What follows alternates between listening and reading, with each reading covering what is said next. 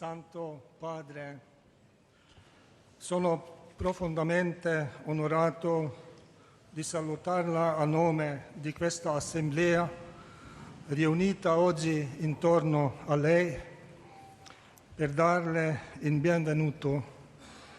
Benvenuto.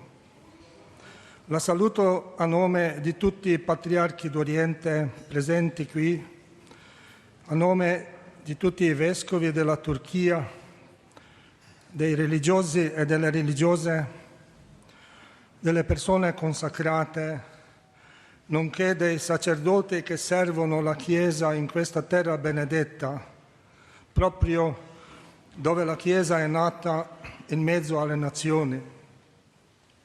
La saluto anche a nome dei fedeli laici che si dedicano con generosità alla pastorale e alla carità. Con il salmista vorremmo esclamare: questo è il giorno che ha fatto il Signore, rallegriamoci in esso ed esultiamo. Sì, santità, è per noi una gioia immensa poter accogliere lei, il successore dell'Apostolo Pietro, garante della tradizione viva e sacramentale trasmessa da Cristo fino ai nostri giorni e che promette alla Chiesa e che permette alla Chiesa di rimanere il sacramento della salvezza.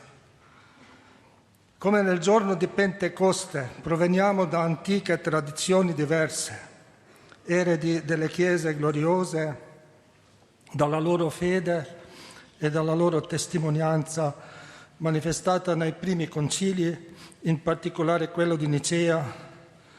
Rappresentiamo anche la Chiesa, le chiese rimaste fedeli a Cristo, segnate dal sigillo del martirio.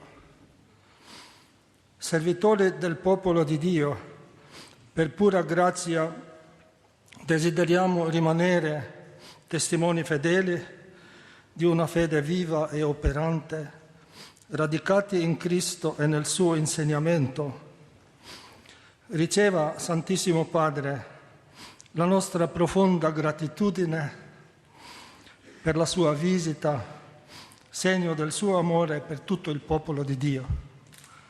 Che il Signore risorto benedica il suo ministero Petrino e questa visita fraterna, che Egli conceda a tutti noi di essere toccati dall'amore del Padre, del Figlio e dello Spirito Santo, unico Dio, unico amore.